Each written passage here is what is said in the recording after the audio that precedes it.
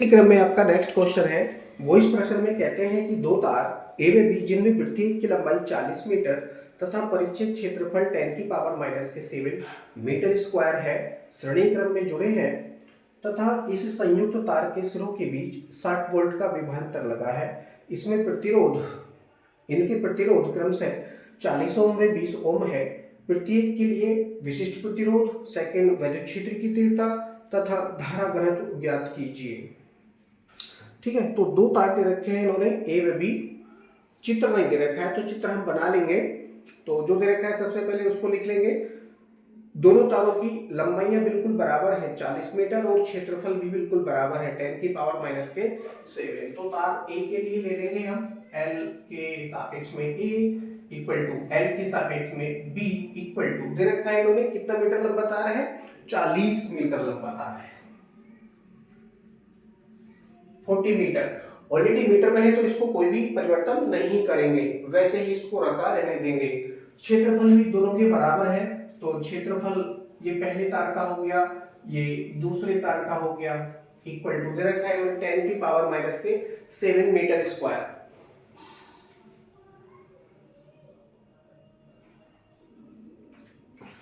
आगे दे रखा है इन्होंने श्रेणी क्रम में जुड़े हैं। इस संयुक्त तार के सिरों के बीच 60 वोल्ट का विभवांतर लगा है, यानी जो संयुक्त तार हो जाता है आपका, ये मान लीजिए तार आपका ए है, ये आपका आगे तार बी हो जाता है यहां से यहां तक, और ये श्रेणी क्रम में जुड़े हैं। यहां से यहां तक तार ए है और यहां से आगे तार बी हो जाता है, यानी इसका जो सिरा ए है वो ये, और इन दोनों का संयुक्त सिरा बी हो जाता है। दोनों का जो संधि सिरा है वो मान लीजिए ओ हो जाता है। लंबाइयां दोनों की बराबर है, कितनी, 40 मीटर।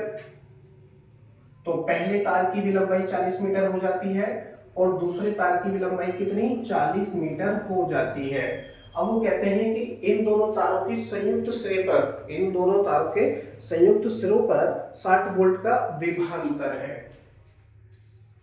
नहीं, यानी यहाँ पर जो वोल्टेज दे रखा है वो 60 वोल्ट दे रखा है बिंदु ए व बी के बीच।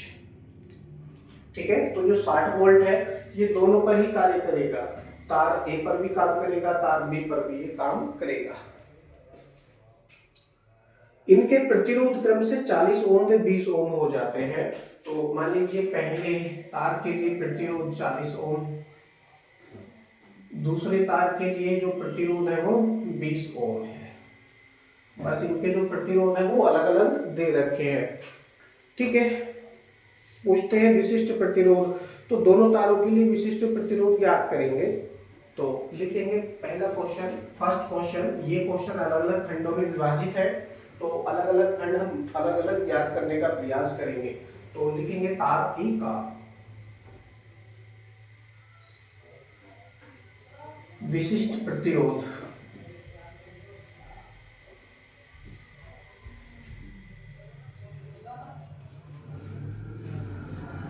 तार ए का विशिष्ट प्रतिरोध रो इक्वल टू, सूत्र है R A upon L, R A upon L. परंतु ए के लिए कर रहे हैं तो सारी वैल्यू ए वाली हम यूज करेंगे। यहाँ पर आर के स्थान पर हो जाएगा आर ए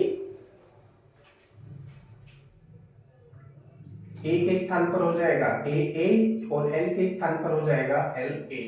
ठीक है, रो के स्थान पर हो जाएगा रो ए।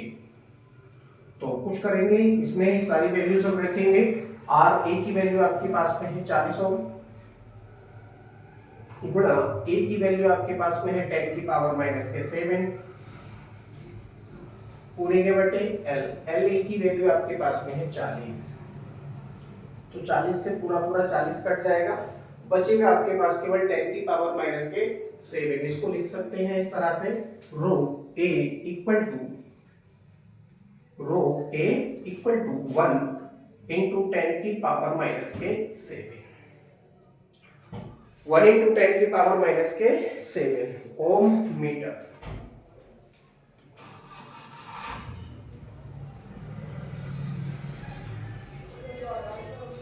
ओम मीटर, ये पहले तार का विशिष्ट प्रतिरोध आ जाता है। पहले तार का विशिष्ट प्रतिरोध, जो तार ए है उसका विशिष्ट प्रतिरोध इसी प्रकार ज्ञात करेंगे, लिखेंगे इसी प्रकार तार बी का विशिष्ट प्रतिरोध।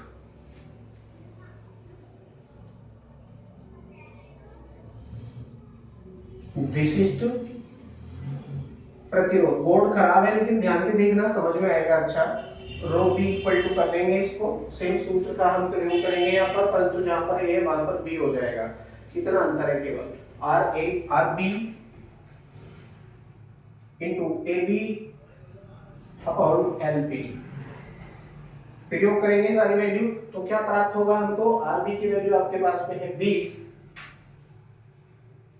गुणा ए बी की वैल्यू आपके पास में है 10 की पावर माइनस के 7 पूरे के बटे, और एल बी की वैल्यू आपके पास में है 40, क्योंकि लंबाइयां तो दोनों की बराबर है। 0 से 0 काट लो, 4 से कटेगा 0.5 बार, कितना 0.5 बार, क्योंकि 4 पंजे 20 होते हैं, और केवल इतना ही आपको प्राप्त होगा। रो बी इक्वल टू प्राप्त होगा 0.5 इंटू 10 की पावर माइनस के 7 ओम मीटर।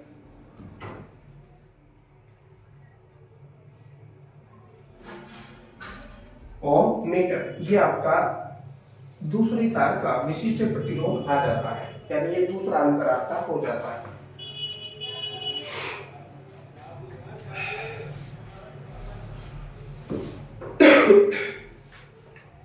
बुक में दे रखा है 5 इंटू 10 की पावर माइनस के 1, नो प्रॉब्लम। आप यहाँ से जब दशमलव हटाएंगे तो पावर 1 बढ़ जाएगी माइनस की, तो इसको एक और लाइन करके लिख लो, या करके रो बी इक्वल टू 5 इंटू 10 की पावर माइनस के 8, कितना हो जाएगा 5 इंटू 10 की पावर माइनस के 8 ओम मीटर भी हो जाएगा।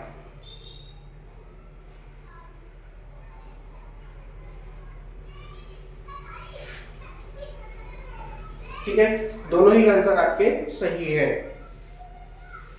आगे सेकंड क्वेश्चन में पूछते हैं वैद्युत क्षेत्र की तीव्रता। अब देखिए वैद्युत क्षेत्र की तीव्रता ज्ञात करने का सूत्र क्या होता है, E equal to V upon D, E equal to V upon D, परंतु D को नहीं, हम यहाँ पर D के स्थान पर लंबाइयां प्रयोग करेंगे, क्योंकि जितनी तार की लंबाई होगी उतना ही उसका वैद्युत क्षेत्र का प्रभाव जाएगा। तो V अपॉन L का हम प्रयोग करेंगे। अब L तो हमारे पास में है, दोनों तारों की लंबाइयां दे रखी है, कितनी 40 मीटर है, तो L के स्थान पर तो 40 मीटर अब रख सकते हैं, लेकिन V की वैल्यू नहीं है। V जो दे रखा है ये 60 वोल्ट है, 60 वोल्ट यानी तार A और B का जो श्रेणी क्रम बन रहा है उसके सिरों पर लगने वाला विभवांतर है 60 वोल्ट। तो दोनों तारों के लिए विभवांतर हम अलग अलग ज्ञात करने का प्रयास करेंगे। तो मान लीजिए तार A के लिए विभवांतर VA हो जाता है और तार B के लिए विभवांतर VB हो जाता है, क्योंकि श्रेणी क्रम में जुड़ रहे हैं और श्रेणी क्रम में जुड़े होने के कारण दोनों तारों में एक ही धारा प्रवाहित होगी। क्योंकि जैसे ये 60 वोल्ट का विभवांतर बिंदु A व बिंदु B पर कनेक्ट किया जाएगा, वैसे ही इसमें एक धारा प्रवाहित होनी शुरू हो जाएगी, इसका मान बराबर होगा, क्योंकि सिंगल वायर है, तार A और तार B दोनों को जोड़ दिया आपस में, श्रेणी क्रम बना दिया है, तो श्रेणी क्रम में जुड़ा होने के कारण दोनों में एक ही धारा प्रवाहित होगी, परंतु इनके विभवांतर अलग अलग होंगे। वो हम ज्ञात कर लेंगे कि किस तार में कितना विभवांतर होगा। सबसे पहले ज्ञात करेंगे कुल प्रतिरोध, दोनों तारों का कुल प्रतिरोध। तो ये मैं साफ कर देता हूं, क्योंकि ये फर्स्ट क्वेश्चन आपका यहाँ पर आकर फिनिश हो जाता है।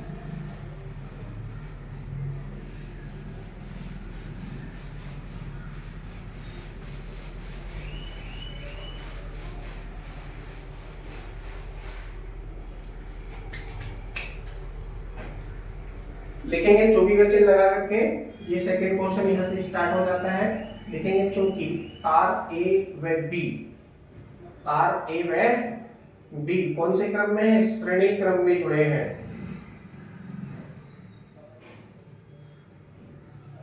थ्योरी भी लिखनी बहुत जरूरी रहेगी, क्योंकि थ्योरी नहीं लिखेंगे डायरेक्टली आप आंसर ला देंगे तो एग्जामिनर साहब कंफ्यूज हो सकते हैं,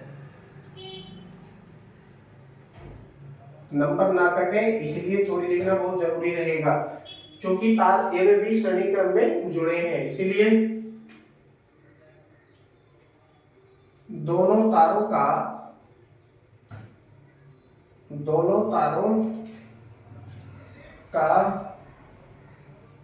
कुल प्रतिरोध, अब इसको कुल प्रतिरोध कह लो या तुल्य प्रतिरोध कह लो, बात एक है। अब श्रेणी क्रम में जुड़ रहे हैं, प्रतिरोध के लिए जो श्रेणी क्रम का सूत्र होता है तुल्य प्रतिरोध ज्ञात करने का, वो होता है R equal to R1 plus R2 plus R3। तो क्या हो जाएगा यहाँ पर R equal to RA plus RB, RA plus RB वैल्यू रखेंगे तो क्या प्राप्त होगा देखते हैं। R इक्वल टू RA की वैल्यू कितनी है 40 ओम, तो 40 प्लस RB की वैल्यू कितनी है 20 ओम, 40 और 20 कितना हो गया, ये हो गया 60 ओम, 60 ओम। यानी दोनों तारों का जो कुल प्रतिरोध है वो कितना हो जाएगा 60 ओम हो जाएगा, 60 ओम हो जाएगा। और ज्ञात करेंगे तार में बहने वाली धारा या बिंदु ए व बिंदु बी के बीच में धारा।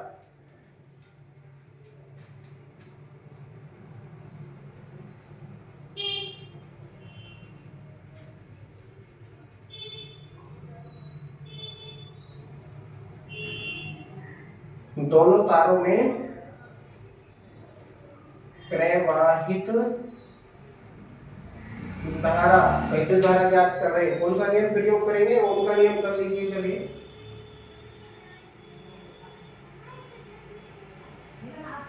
लिखेंगे ओम के नियम से। ओम का नियम है I equal to V upon R, I equal to V upon R। ये जो 60 है 60 वोल्ट दे रखा है, ये किस चीज की वैल्यू है, कंबाइंड है, V की वैल्यू है 60 volt, V equal to 60 volt. बिंदु A व बिंदु B के बीच में विभवांतर है कितना 60 वोल्ट का, ठीक है। तो दोनों तारों के सिरों पर कितना वोल्टेज रहेगा 60 वोल्ट रहेगा। यहाँ वैल्यू रखेंगे हम और यहाँ से प्रवाहित होने वाली वैद्युत धारा ज्ञात करेंगे। I इक्वल टू V की वैल्यू कितनी है आपके पास में, V की वैल्यू है 60 वोल्ट बटे R की वैल्यू निकाली है आपने 60। 60 से 60 क्या बार घटेगा, एक बार घटेगा, यानी I की वैल्यू कितनी आ जाएगी 1 एम्पियर। जो यहाँ पर दोनों तारों का श्रेणी क्रम बन रहा है उस श्रेणी क्रम में 1 एम्पियर की वैद्युत धारा प्रवाहित हो रही है। अब धारा तो निकाल ली हमने, 1 एम्पियर की वैद्युत धारा है। अब याद करेंगे तार ए के सिरों के बीच विभवांतर, क्योंकि तार ए व बी दोनों को श्रेणी क्रम में जोड़ा गया था, तार ए व बी को श्रेणी क्रम में जोड़ा गया था, जिसके कारण दोनों ही तारों के सिरों पर अलग अलग विभवांतर उत्पन्न होगा। तो वो हम ज्ञात कर लेंगे यहाँ से। तो तार ए के सिरों के बीच विभवांतर ज्ञात करेंगे।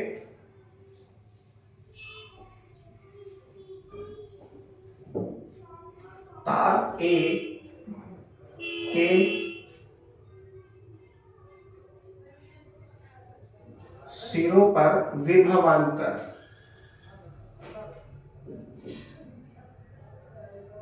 वोल्टेज ज्ञात कर रहे हैं, पोटेंशियल डिफरेंस ज्ञात कर रहे हैं। तो क्या हो जाएगा VA इक्वल टू क्या सूत्र है IR, फिर से इसी सूत्र का प्रयोग करेंगे, V इक्वल टू IR।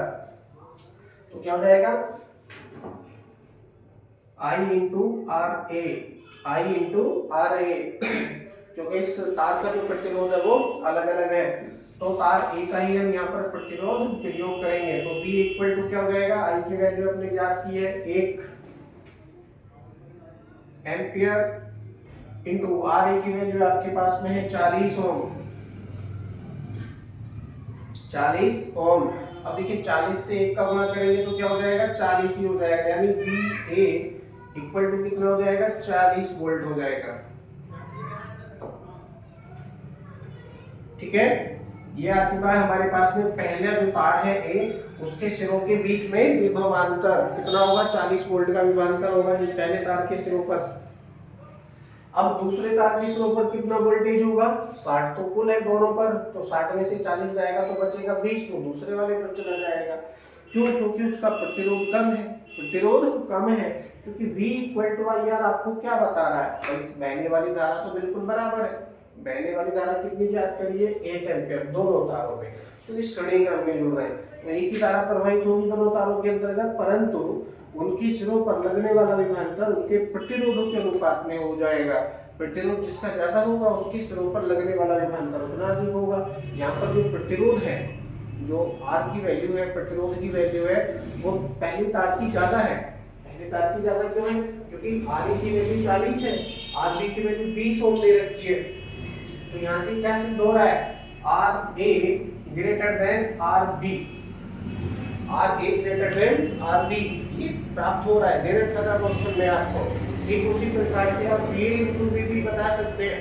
तो पहले तार के सिरों के बीच में उत्पन्न होने वाला विभवांतर ज्ञात कर लिया आपने, 40 वोल्ट है, 40 वोल्ट है, लेकिन कुल दे रखा था यहाँ पर 60 वोल्ट दोनों तारों के सिरों पर। तो बाकी जो बचा वो दूसरे तार के सिरों पर चला जाएगा, तो 60 माइनस 40 करेंगे तो बचेगा 20 वोल्ट, वो दूसरे तार के सिरों के बीच में चला जाएगा, परंतु उसको अभी हम इसी सूत्र के द्वारा प्राप्त करेंगे, इसी सूत्र के द्वारा प्राप्त करेंगे। तो यहाँ से क्या प्राप्त हो जाएगा आपको, VA ग्रेटर देन VB, ये प्राप्त हो जाएगा, VA ग्रेटर देन VB, यानी जिस तार का प्रतिरोध जितना ज्यादा होगा उसके सिरों पर लगने वाला विभवांतर उतना ही अधिक होगा, ये बात हमेशा ध्यान रखेंगे। लिखेंगे इसी प्रकार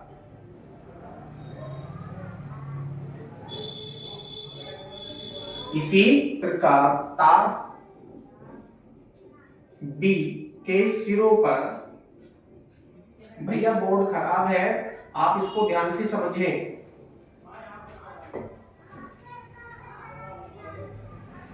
इसी प्रकार तार B के सिरों पर विभवांतर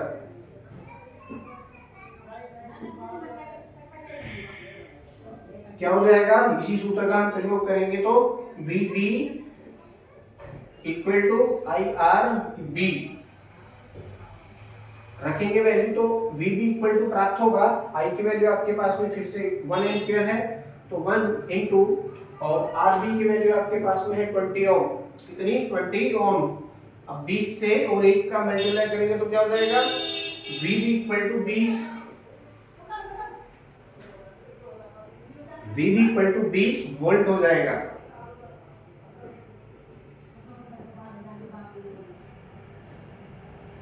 अब यहां से हम एक बात और बता सकते हैं, जो कि हमने पहले बता भी दी है, कि किसके सिरों पर विभवांतर अधिक होगा, तो जिस तार का प्रतिरोध अधिक होगा उसके सिरों पर विभवांतर अधिक होगा। ये केवल श्रेणी क्रम के लिए होता है, किसके लिए, श्रेणी क्रम के लिए, क्योंकि श्रेणी क्रम में जब बहुत सारी चीजें जुड़ी रहती हैं, बहुत सारे तार या प्रतिरोध मान लीजिए, या मान लीजिए तुम्हारे संधारित्र मान लीजिए, या वो बहुत सारी चीजें मान लीजिए श्रेणी क्रम में जुड़े हैं, तो श्रेणी क्रम में एक ही धारा प्रवाहित होती है।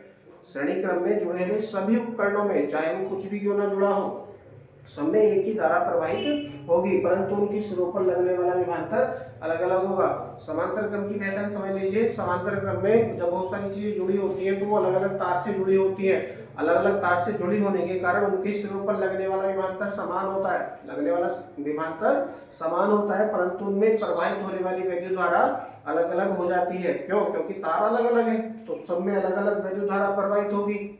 ठीक है, तो VB इक्वल टू क्या होगा, VB इक्वल टू 20 वोल्ट होगा। अब यहाँ से क्या दिख रहा है आपको, VA की वैल्यू ज्यादा है या VB की वैल्यू ज्यादा है, श्रेणी क्रम के लिए हम इसको कर रहे हैं, हम देखते हैं VA की वैल्यू VB से ज्यादा है, तो सिद्ध हो जाएगा VA ग्रेटर देन VB।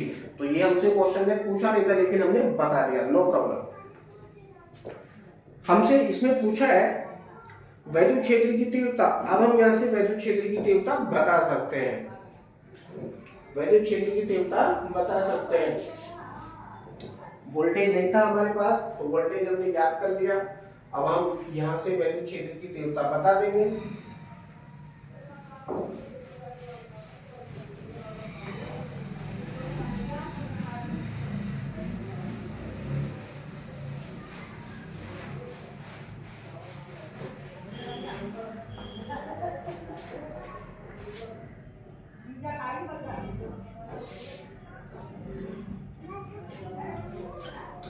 लिखेंगे तार A में वैद्युत क्षेत्र की तीव्रता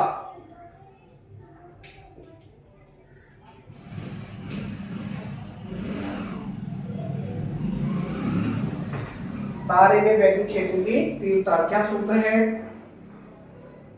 ई ए करके आप उसको दर्शाइए V upon L, V upon L, परंतु तारे के लिए कर रहे हैं तो वी के स्थान पर क्या हो जाएगा, वी ए हो जाएगा, एल के स्थान पर एल ए हो जाएगा। वैल्यू रखेंगे तो क्या प्राप्त होगा, ई ए इक्वल टू वी की वैल्यू आपके पास में है, वी की वैल्यू 40 वोल्ट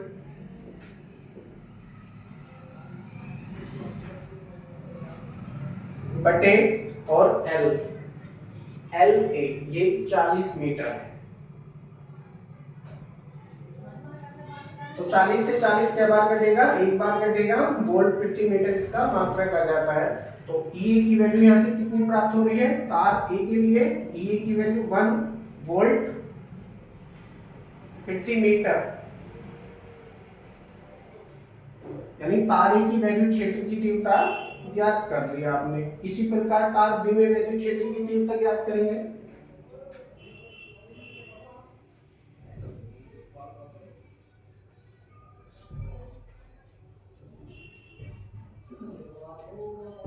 इसी प्रकार तार बी में वैद्युत क्षेत्र की तीव्रता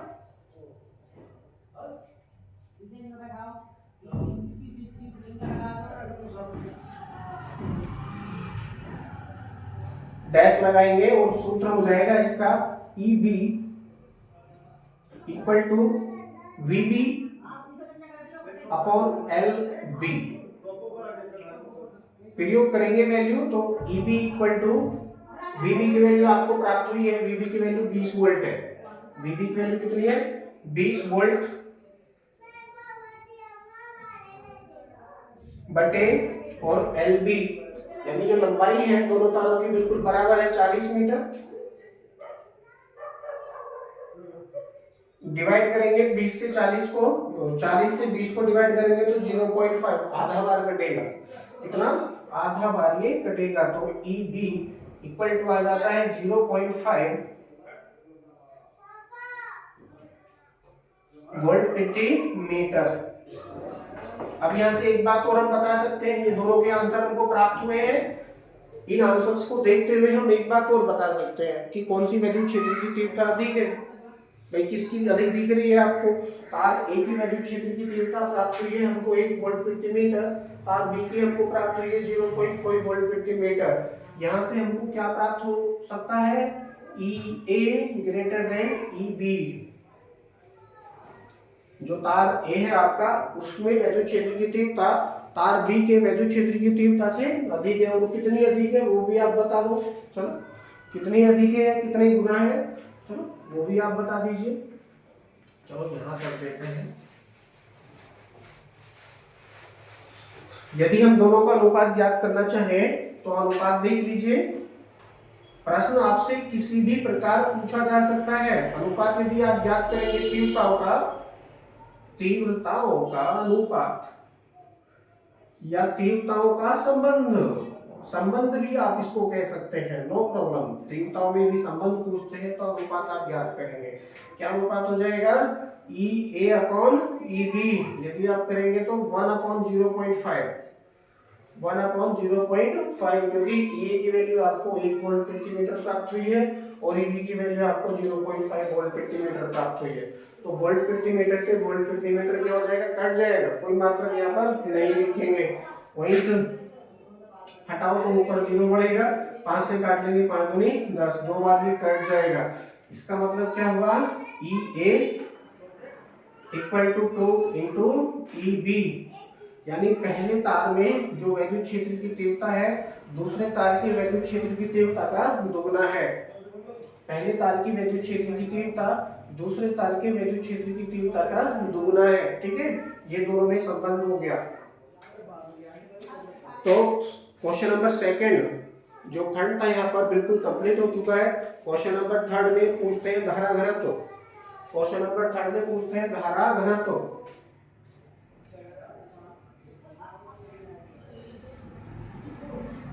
धारा घनत्व, क्योंकि दो तार हैं दोनों श्रेणी क्रम में जुड़ रहे हैं तो दोनों के लिए अलग अलग हम यदि ज्ञात करेंगे धारा घनत्व को किस चीज से शो करते हैं, जे से, तो जे ए इक्वल टू क्या सूत्र है, I upon A, J equal to I upon A, इस सूत्र का हम प्रयोग करेंगे।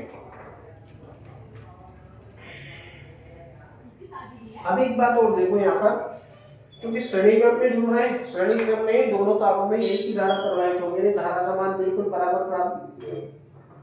बराबर होगा, और इनकी जो परिच्छेद क्षेत्रफल है एक ही वैल्यू है, दोनों के लिए बिल्कुल बराबर है, 10⁻⁷ मीटर स्क्वायर। तो दोनों राशियां बिल्कुल बराबर होने के कारण इनमें जो धारा घनत्व होगा वो भी बराबर ही होगा, क्योंकि कोई भी वैल्यू परिवर्तित नहीं है। जब परिवर्तित नहीं है तो दोनों तारों में समान धारा घनत्व उत्पन्न होगा। इसको कर लेते हैं।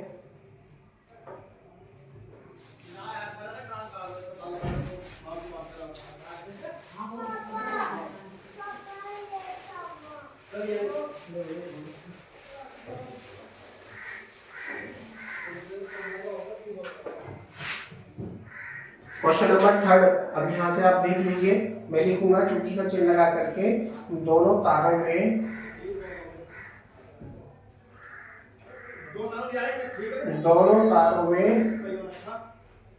प्रवाहित धारा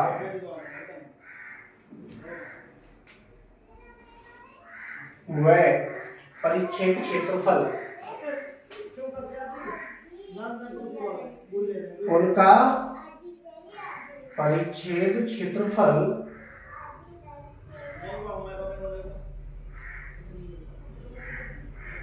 समान है।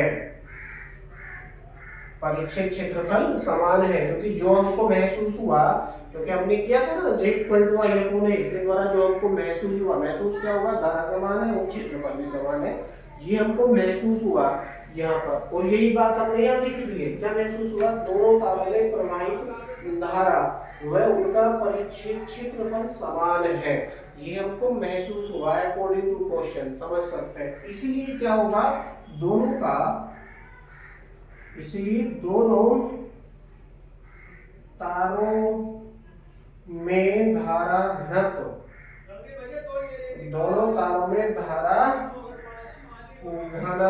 समान होगा। धारा घनत्व कैसा होगा, समान होगा। अतः डैश लगाएंगे और मेले से लिखेंगे सूत्र, J A equal two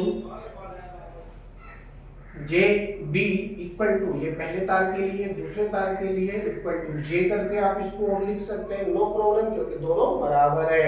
equal to क्या सूत्र है, आई अपॉन ए, तो आई अपॉन ए के स्थान पर चाहे तो आप ए बी लिख लो, चाहे ए के स्थान पर आप ए लिख लो, नो प्रॉब्लम, क्योंकि दोनों बराबर हैं। तो ए का ही आप चलो ए लिख लो, इसको ऐसे करके बराबर में अच्छा रहेगा। A equal to A B equal to 10⁻⁷ metre square.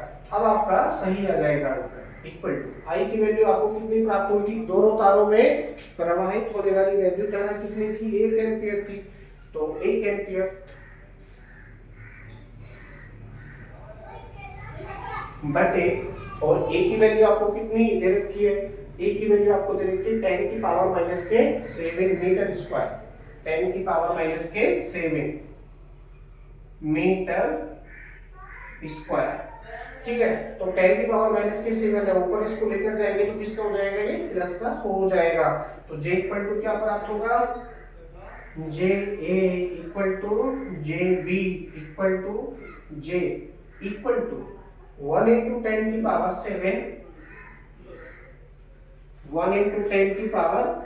मात्रक है एम्पियर प्रति मीटर स्क्वायर, एम्पियर प्रति मीटर स्क्वायर। ये आपका थर्ड आंसर आ जाता है, ये आपका थर्ड आंसर आ जाता है 1 × 10⁻⁷ एम्पियर प्रति मीटर स्क्वायर। आई होप आपको ये प्रश्न समझ में आ गया होगा। यदि आप नहीं समझे हैं तो वीडियो को आगे पीछे करके देख सकते हैं।